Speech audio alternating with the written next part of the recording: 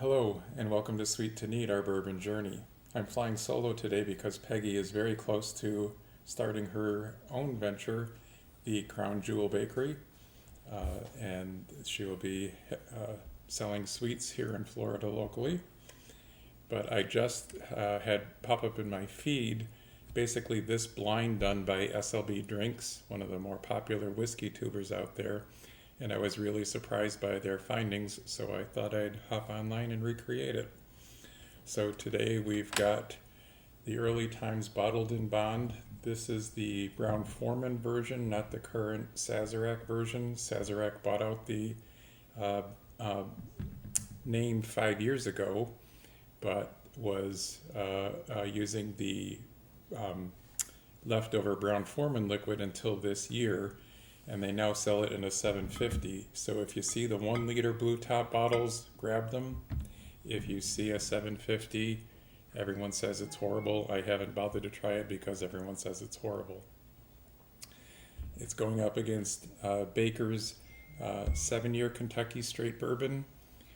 This is a single barrel bourbon, so it will vary somewhat from bottle to bottle, but they chose it in particular because the main thing that they were testing was the Jim Beam Black 7-year, which was a pretty new release when they did their video. And it was surprising people by how well it was tasting in their blinds. They put it up against Knob Creek 9. If you saw my last posting, you know that I don't like Knob Creek 9 and we haven't bought another bottle. I'm using Knob Creek 12 because we have it. And if you know from the last blind, I don't like Knob Creek 12 much either. But we'll see how it fares tonight. So launching straight into the blind.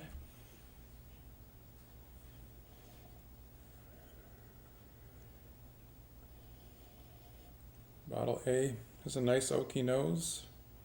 Very little ethanol. Little sweetness. You'll probably note my toasting notes aren't quite as complex as some of the people who have been doing this for years, but I can tell you what I can smell and taste.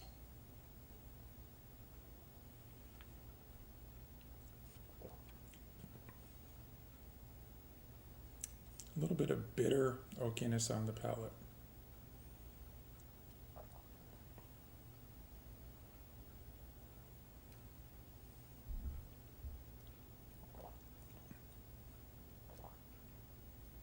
Yeah, tonight I'm getting a fair amount of bitterness.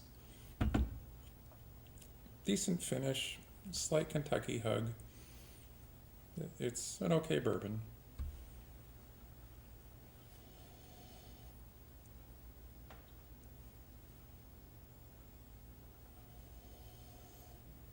This next one, again, a nice oak smell on the nose. Not a high ethanol burn.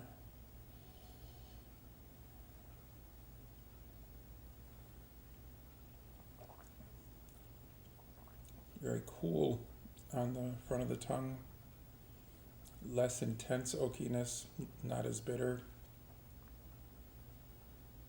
Tiny little bit of sweetness in the mid palate. A fair finish, but not much of a Kentucky hug.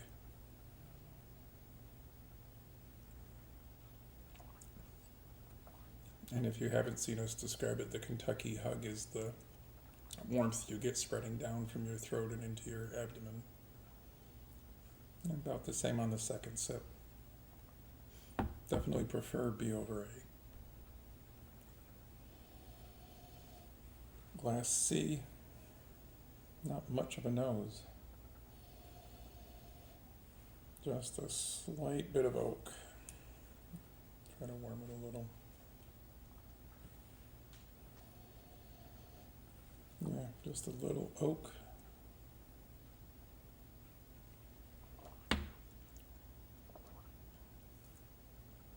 little bit of cinnamon with the oak. A little bit of a mid-palate burn. Fairly quick finish, but there is actually a fair Kentucky hug.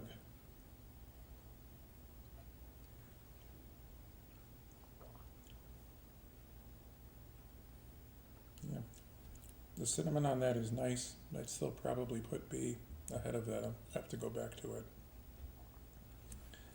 And our last choice here. Decent sweet oaky nose.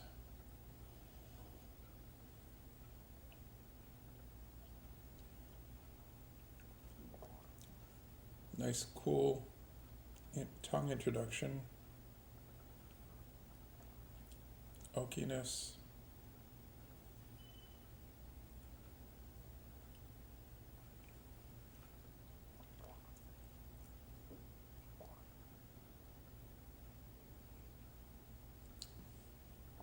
A little bit of mid-palate burn. Fairly quick finish, a little bit of a Kentucky hug. So I think I know my order, but I'm going to go through to confirm.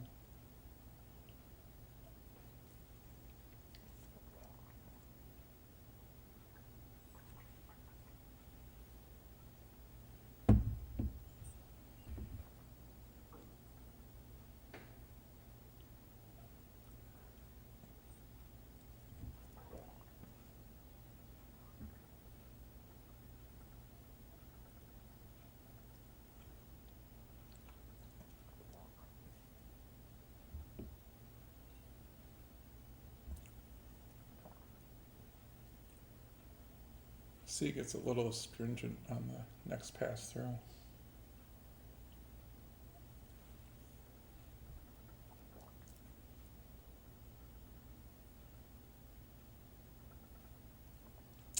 Yeah, I think that actually, I'm going to switch that up. I had that in second, but I think I'm moving it to third.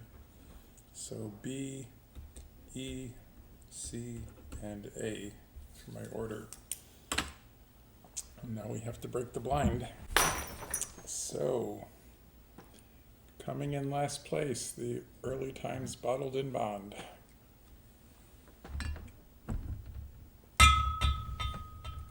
This is a $14 bottle for a liter. It's going to be a great mixer, not the best sipper. C is the Bakers, really. That surprises me. I usually like the Bakers, but Bakers came in poorly for them as well in the SLB blind. And then the Knob Creek actually finished second for me. And the Jim Beam Black 7-year came in first. This is probably a $20, $21 bottle, so it's a great buy. You can find it on store shelves pretty much everywhere, and for a cheap sipper, it's a pretty good bottle of whiskey. Thank you for joining us. Remember, the way you enjoy your whiskey is the right way to enjoy your whiskey, and always drink responsibly.